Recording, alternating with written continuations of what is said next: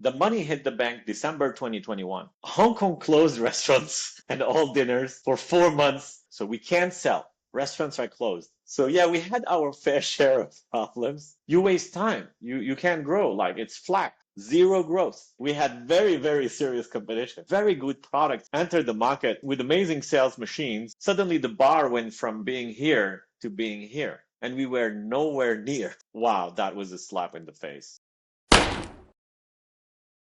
Behind the Hustle. What's up, everyone? Welcome to Behind the Hustle, the show where we fight back against success porn on social media. If you're anything like me, you're sick and tired of being bombarded with endless success stories, and you know they're just the tip of the iceberg. I interview successful entrepreneurs about the realities of their journey, the setbacks and failures, mental health consequences, and most importantly, how they endured for a long time before ultimately finding success. No matter where you are in your entrepreneurial journey, hopefully this is a reminder that you're not alone when things get dark and a source of motivation for you to keep going. My guest today is Hacene Taibi, a serial entrepreneur with a successful but checkered track record. Hacene is of the hardcore engineering variety and has been in and around the Asian tech landscape for over a decade. After 2 successful exits and 1 sudden and spectacular failure, Hacene is currently building his 4th business, restaurant booking and table management platform BistroChat. Hacene endured a very bumpy ride on the quest to bring this business into existence, but 5 years and hundreds of restaurants later, BistroChat has become a brand name in the Asian F&B tech scene. He joins us today to recount the ups and downs he endured on his way to success. Hacene, welcome to the show. Thank you. I like the introduction, not about me, but before, right? About the fact that it's more about the hustle than the success, I think. Yeah, man, I appreciate that. Thank you.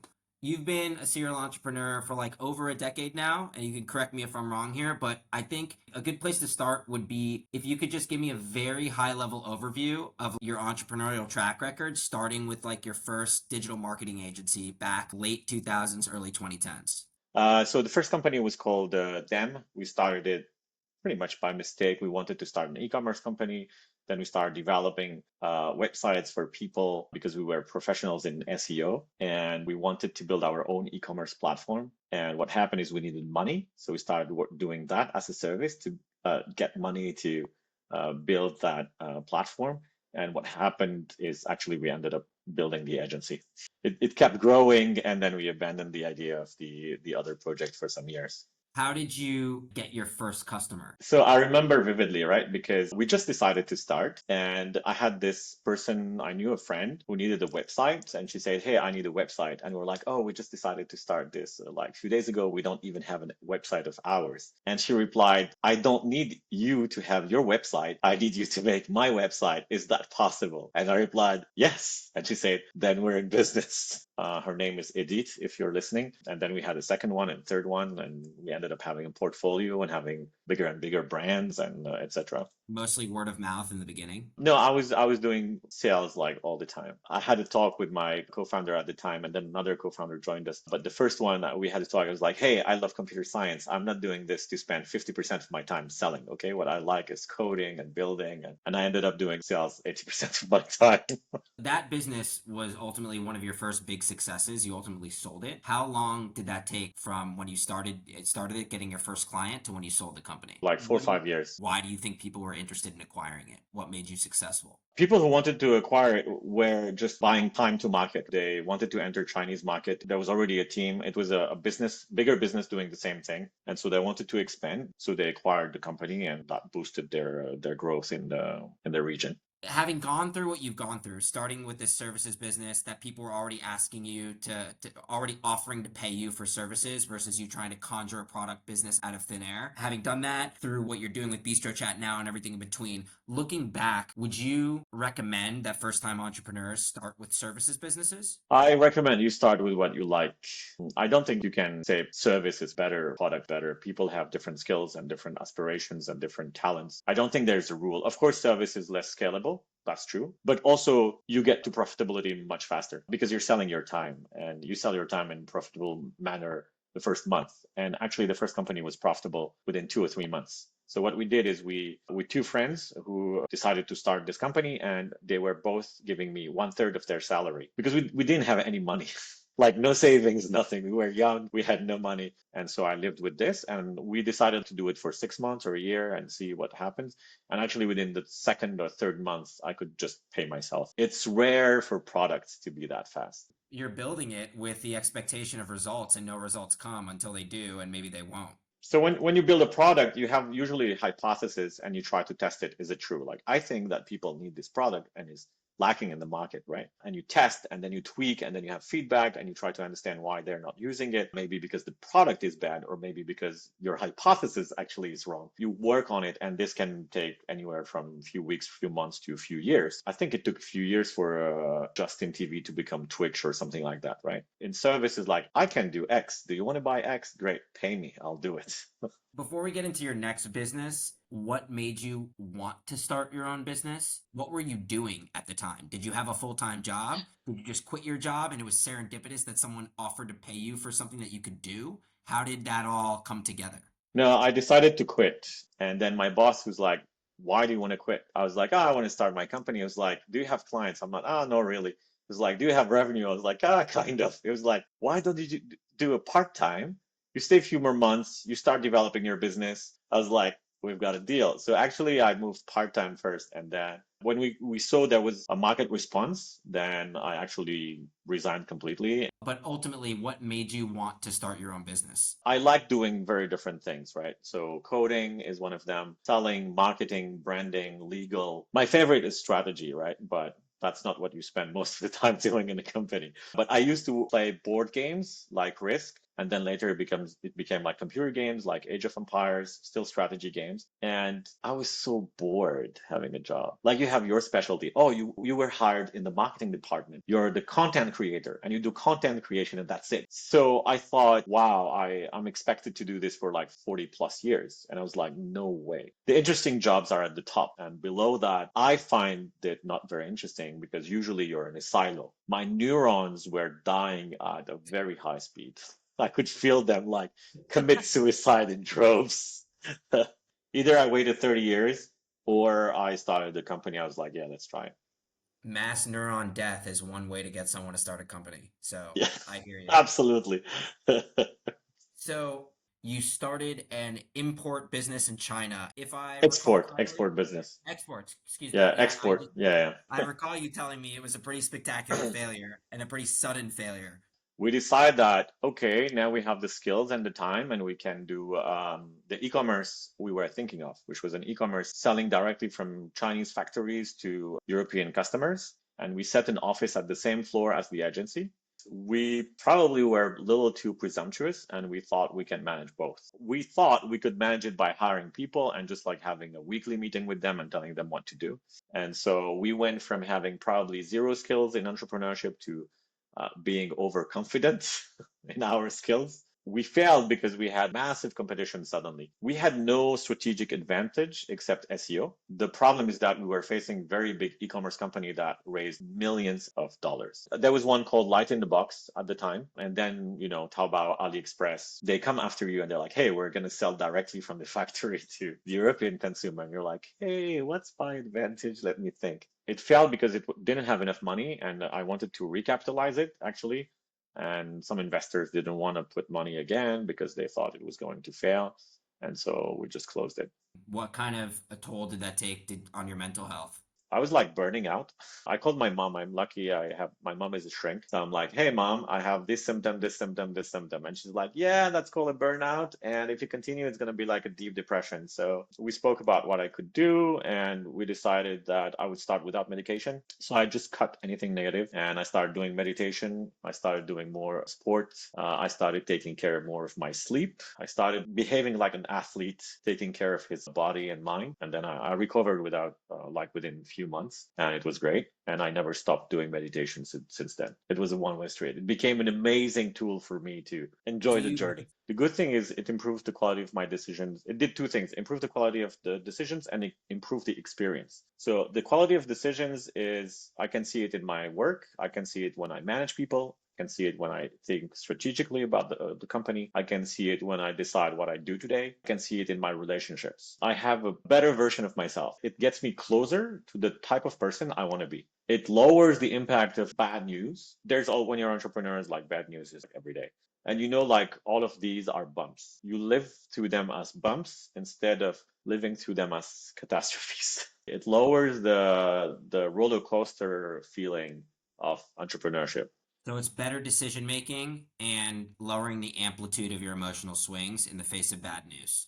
In the face of news in general. For an entrepreneur, is like an amazing tool. Refocusing on this export business from China. You started this company presumably because you were in China in the early 2010s and you saw what was happening. Before we get into the collapse of the business, how far did that business get in terms of traction? It was growing double digits. Really? And per year, it was growing triple digits. The bigger we became, the more stock we needed, the more investment we needed. That's why I was okay actually reinvesting in that company and raising capital. Okay, Yeah. so it was growing. And then how Yeah. precipitous was the decline? Basically, the accounting that I received on a weekly basis was incorrect. And I realized it was incorrect a little too late. We had blocked money that was put in the field of cash on hand, and it wasn't cash on hand. So I took some decisions thinking we had this amount of cash on hand, and it wasn't true. So I was investing when I was supposed not to invest because we didn't have enough cash on hand. The problem basically is that I wasn't full-time managing this company. I stopped trying to outsource entrepreneurship. That was my lesson. Like, you need entrepreneurs at the head of a company, especially the first years. But I see people do this mistake again and again. I see other entrepreneurs, they think they can throw money at this problem. And more often than not, you cannot. Any successful company, you look at the history, which I do all the time. I love reading about companies and how they started and how they succeeded. I spend like nights on Wikipedia reading about IBM, McDonald's, any company. I like just pick randomly, almost randomly companies, and I like try to see how they started, what made them successful, how they grew. It's rare that you don't have an entrepreneur at the helm. Even big companies like GE after Jack Welch. It's a massive company and they have like real know-how and they have like patents and they have like presence and they have a brand and they have everything. And then you see a decline, which is crazy. Yeah. They can buy all the reports and slides from Bain and McKinsey of this world, but it doesn't work like that. Are you saying that you may have been able to like withstand the competition and pivot the business and react more effectively had you been working on it the way you should have been? Or was the writing on the wall, and even if you were managing it properly, the rise of these like big competitors in China would have demolished your company anyway? I didn't have back then all the knowledge I have today. But if I was in the same situation today, I would react completely differently. Yeah. I would specialize it and be the best at my niche. How did Warby Parker exist when Amazon exists? How did Zappos exist when Amazon exists? Well, I read Delivering Happiness and he specialized on shoes and he tried to be amazing on shoes, just shoes, with the problems that you face with shoes. So moving on to your next venture, this company shuts down. No, in the meanwhile, we opened a restaurant in Beijing.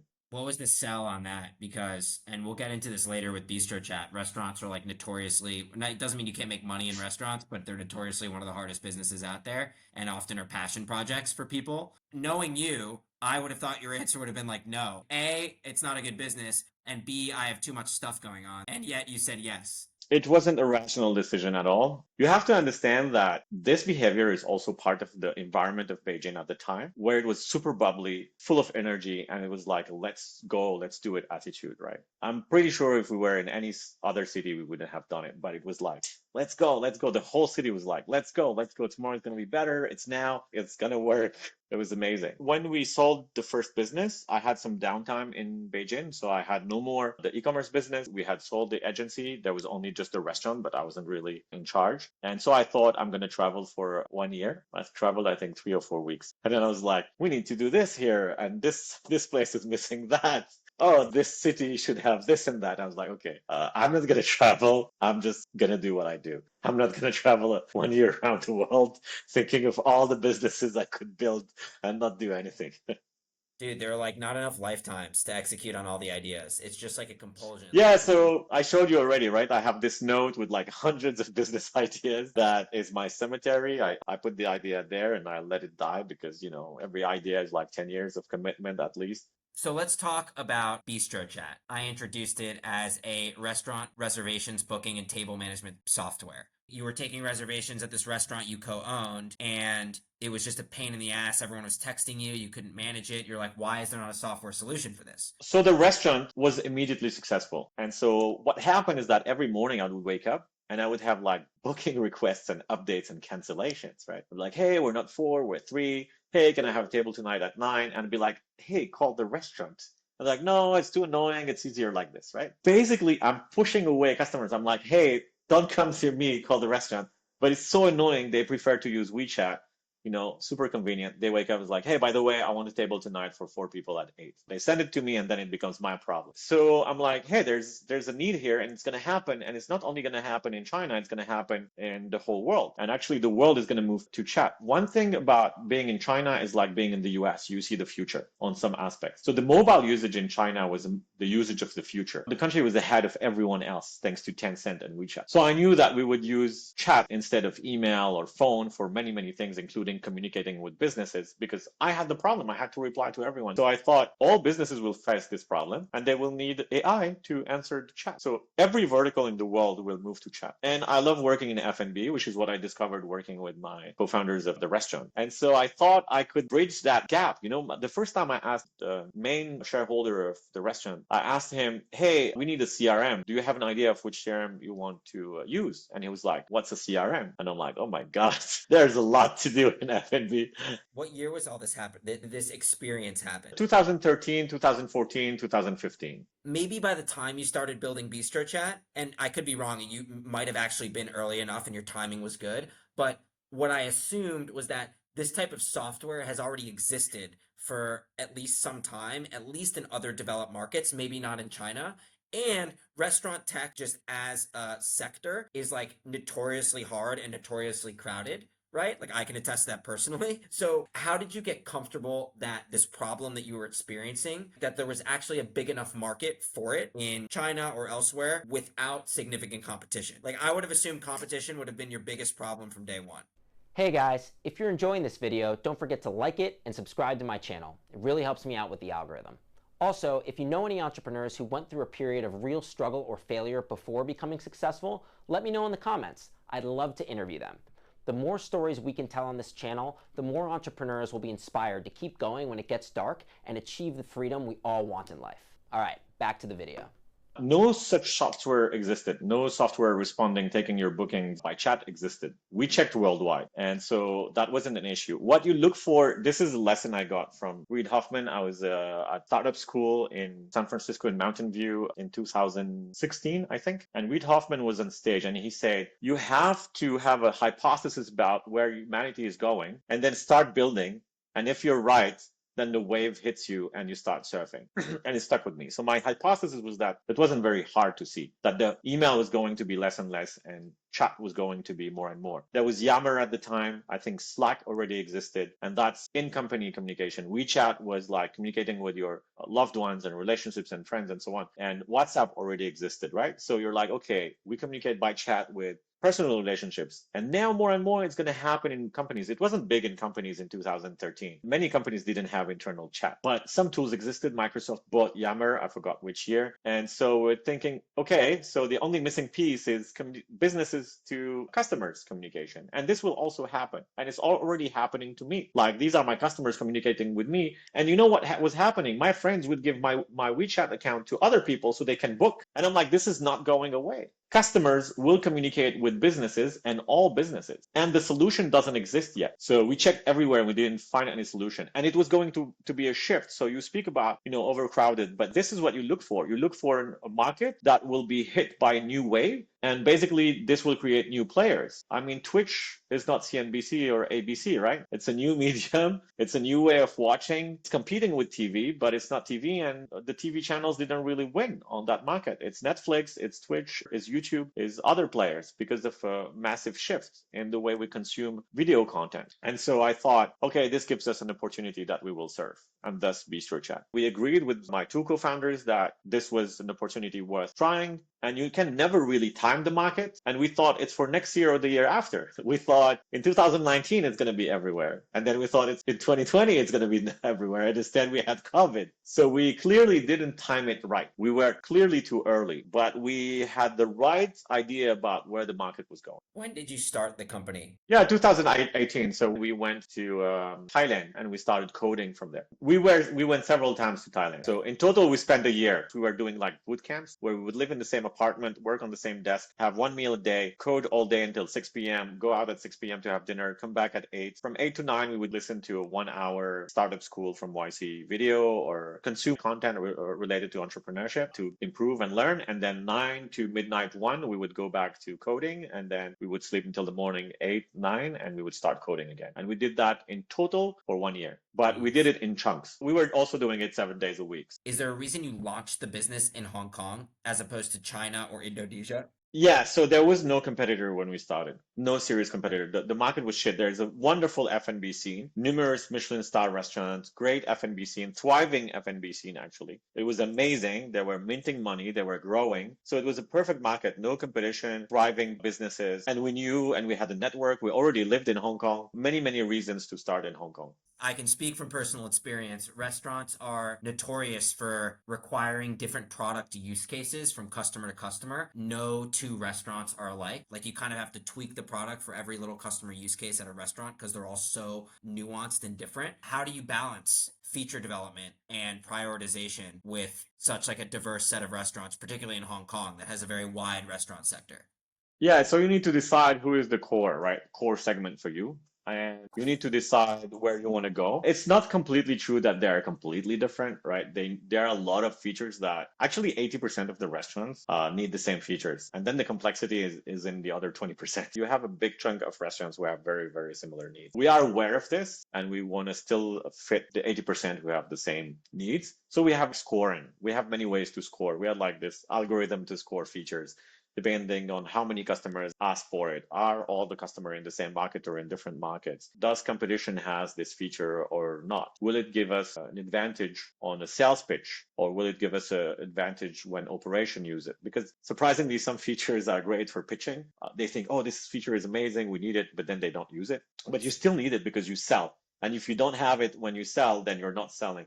And you have features that no one would, insist on in a pitch, but they love it once they use it because they use it all the time and they see they couldn't live without. Yeah. Another question on restaurants. They are notoriously a low margin customer, which is another hard lesson that I learned selling to restaurants. You just want to be selling to very profitable businesses if you're in B2B or selling to rich people if you're B2C. How do you deliver enough value to get them to buy, but at a price that makes sense for them and also makes sense for your business? We position ourselves as the low price competitor. We believe that their margin is our opportunity. We want to position BistroChat, and it's positioned actually already, as the best value for money. What is important for the restaurants we serve is to have the best value for money. And when we decide on the features we develop, when we decide on the strategy, we have in mind our core customer and we know what he wants. He wants the best value for money. And we define what that means in terms of features, in terms of support, in terms of distribution, in terms of easiness to use and so on. And we turn it into features and we turn it into product. From the beginning, we wanted to position ourselves as that. It was true when we started and it's going to be true probably 10 years from now. And were you able to be profitable early on with that model? We're profitable now, but we weren't profitable when we started, obviously, because you build a product and you don't have customers. And actually, for a long period of time, maybe 2 years, we didn't ask anyone to pay. You call it giving away the product for free. I call that having free consultants. So you give a restaurant the product. He doesn't like it. He tells you why. He's like, this is missing and this sucks and I don't want it like this. And he's teaching you what you should be doing, right? So it's free consulting. It sounded like it got off to a good start, but you and I both know, and for people who are listening, it was like a pretty bumpy ride on the way to getting to where you are now. What was the hardest part? I told you the market was open and there were no serious competition, except very quickly, we had very, very serious competition. Very good products entered the market with amazing sales machines. Suddenly the bar went from being here to being here. And we were nowhere near. We were like nearing the bottom of the bar and suddenly competition pushed it like, now is the bar now to enter the market. So if you're not here, like you can't sell, you can't do anything. wow, that was a slap in the face. Everywhere I went, they were like, oh, but we have these two projects and they're great. And do you have this? And do you have that? And can you do this? And I was like, no, no, no. And we tried to partner with the products at the beginning. They refused. Both of them refused. And they were gaining market share and they could kill us.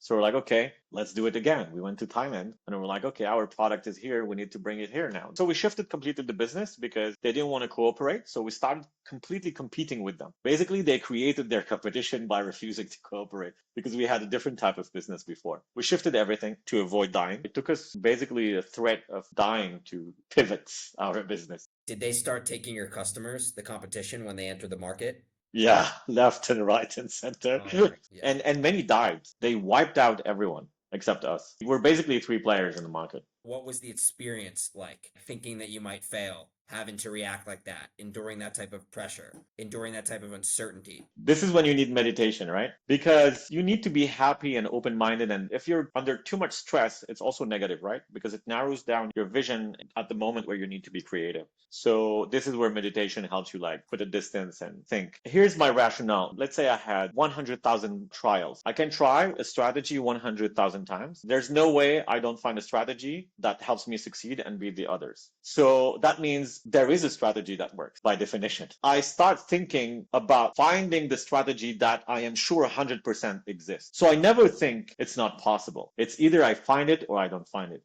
And why wouldn't I find it? I'm in the market. I'm speaking with restaurant owners every day. They're my customers. I have immediate feedback on everything we do. So we are also very well placed to find that path. You know, people tell me you have to be realistic. 95% of startups fail, only 5% succeed, or whatever the real statistic is. And I'm like, yeah, but in the 5% who succeed, 99% of those founders thought they were going to succeed from the beginning.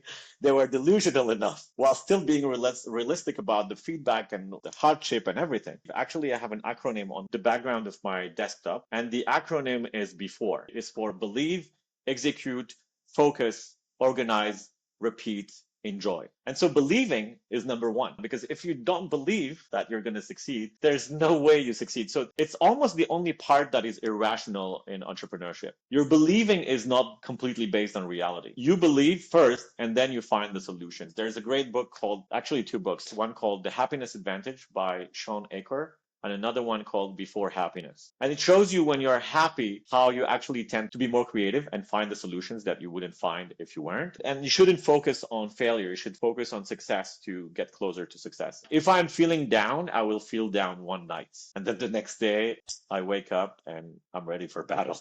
I would just clarify that your ability to like believe and stay motivated is highly predicated on choosing the right opportunity from the get-go. You made the analogy, and I would just challenge this a little bit just so people have context for like what they need to do to be successful. You were like, if I have an infinite number of opportunities to try, by definition there's a solution, so I need to find the solution. That's only true if you're in the right market and pursuing the right opportunity and there's a real market need from the get-go. I don't agree, right? Because Okay.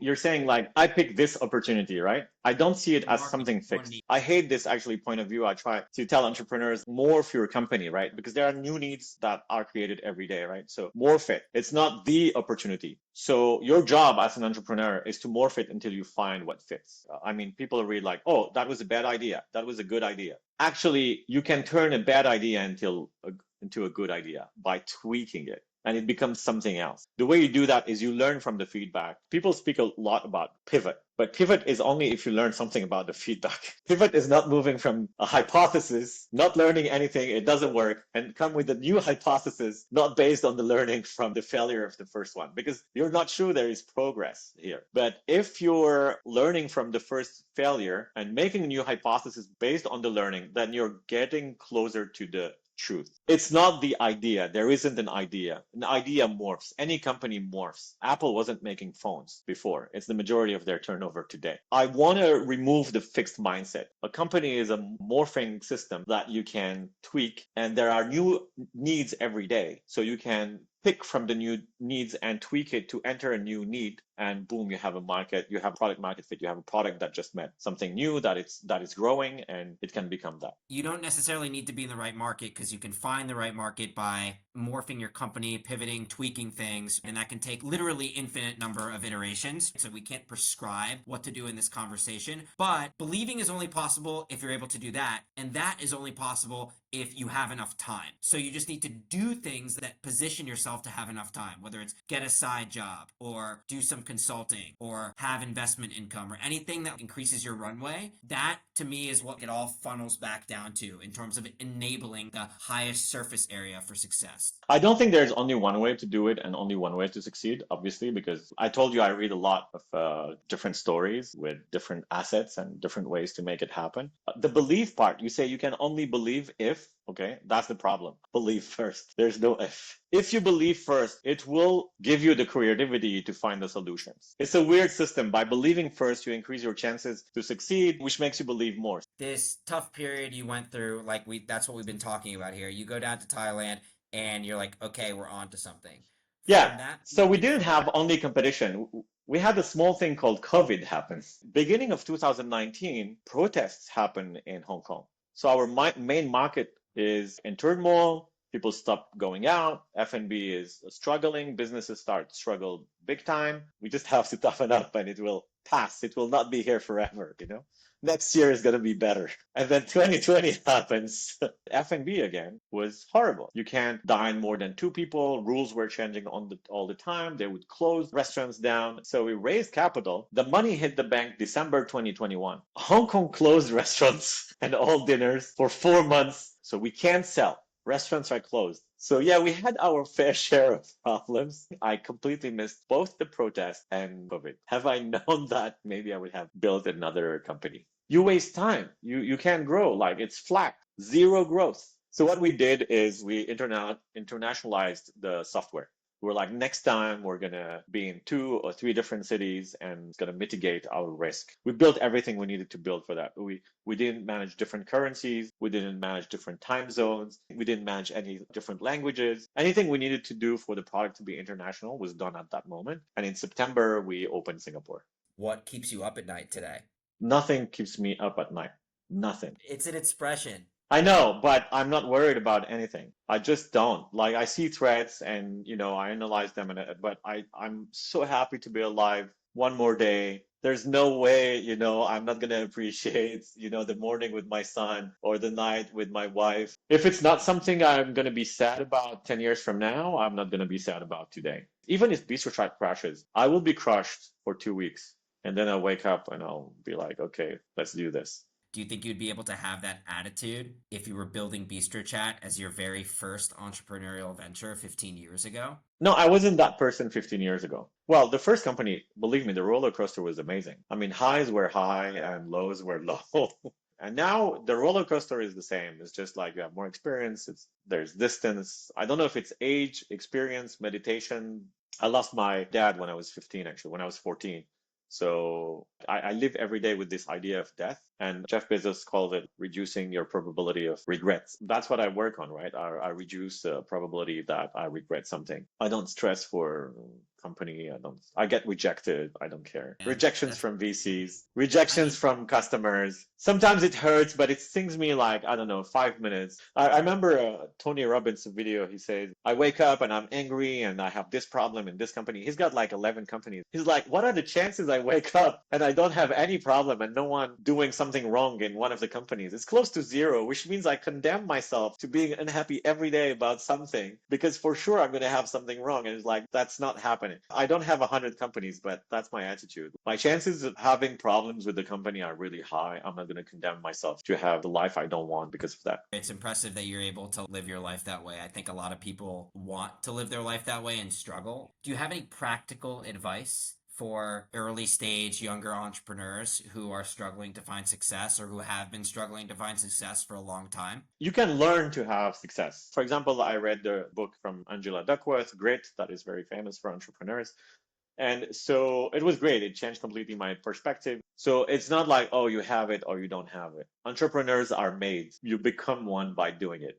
It's like most things in life. Artists are made. Great athletes are made. You can read the book Peak by Erickson. It's about how you become an expert, how you become a genius in something. and it gives you like insights about how to do it. Of course, it's about expertise and spending a lot of hours, but also getting out of comfort zone, being in a field that is valid, not a casino, and having expert feedback. But if you don't understand what I just said, no problem. You buy the book, you read it, and it's going to be, I'm sure it's going to have an impact on you like it had an impact on me if your target is to be successful. You can read also Good to Great from Jim Collins. There are things that I read it like, I don't know, 10 or 15 years ago, but I still remember many, many things from that book. And I live by when do you hire, when do you fire, hedgehog concept, flywheel concept, first who, then what, right? So I always hire people not because of their expertise, but because of their attitude. First who, then what. 0 to 1 by Peter Thiel, that is super famous also. And you learn. If you want to learn to be successful, you have both to learn about it and to practice. I always compare with athletes because it's great. You want to be a champion in basketball, you have to be on the court. You have to shoot.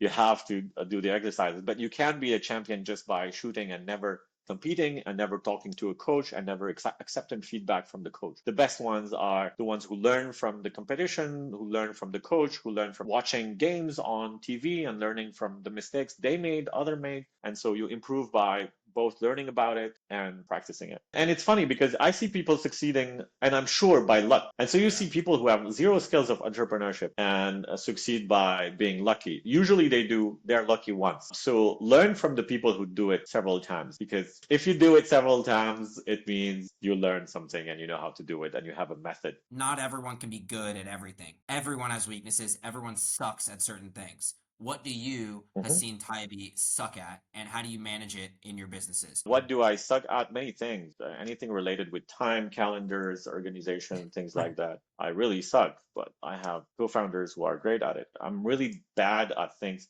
at the details. My worst job, I think, would be an accountant. I'd be so bad at it. That's why I love programming. It's so creative. You say you're not good at details. I would say that program requires exceptional attention to detail. It's not about details, it's repetitive. 90% of programmers hate repetition. Best programmers are lazy. They will write scripts to save time. Every starting out entrepreneur is bombarded with advice. What has been the worst advice you've received and the best advice you received over the course of your entrepreneurial career? So here's something I discovered that no one told me about. And I coach entrepreneurs and I try to always inoculate this vaccine in them. I tell them your family is going to be a support in the beginning and detrimental 18 months later. I tell them your mom, your dad, your siblings, your best friends, they'll be like, yeah, it's doing it. It's amazing, blah, blah. And then 18 months later, you're still not successful. And they're like, hey, your uncle is looking for someone. I thought you might send your resume. That's the thing. They think they're helping. They're not. So I always have the same answer. They're like, when would you stop? And I always reply, when I die. And that cuts the conversation. No more this feedback, because basically it's discouraging. They think they help you by doing this, and it's actually detrimental. Just ask 2 or 3 people for advice and make sure they succeeded at least twice. Pick people who did it twice, because it lowers your chances of having an entrepreneur that succeeded by chance. It increases your chances of learning from them. They probably found a formula, and with 3 people, you cover 99% of the problems that you could face, because most of them are common. Go for people who've built companies and only ask those, because the other people, 50% of advice is useless and 50% is harmful. Hit me with your top 3 business ideas that if BistroChat exploded tomorrow, you would choose one of those 3. So I would probably do something with fires. I'm super sensitive to fires. I don't know why, for some reason. And I read about, Australian fires and fires in Europe and fires in California and in Hawaii and all of that. And I think that there's a lot of tech that can be built to reduce the impact of global warming. There are people working on reducing the chances of having global warming. I think there's a higher probability of not succeeding in reducing and not enough people working on mitigation. So I would work on mitigation. And I would probably take fires. So build detectors, build drones to detect earlier, build drones to transport water, transport bombs that extinguish fires from the very beginning. That's a great answer. I think that mitigation in global warming will be one of the biggest sectors over the next 50 years. Thanks, man. That was a really good answer. Super fun to hear your story. Hacene Taibi, everyone. Take care. Hey guys, did you know we are in the middle of an algorithm hunger crisis? The algorithm survives on a diet of likes, comments, and subscribes, but it has a bottomless appetite. Like and comment on this video and subscribe to my channel to make sure the algorithm doesn't go to bed hungry tonight. I'll see you in the next one.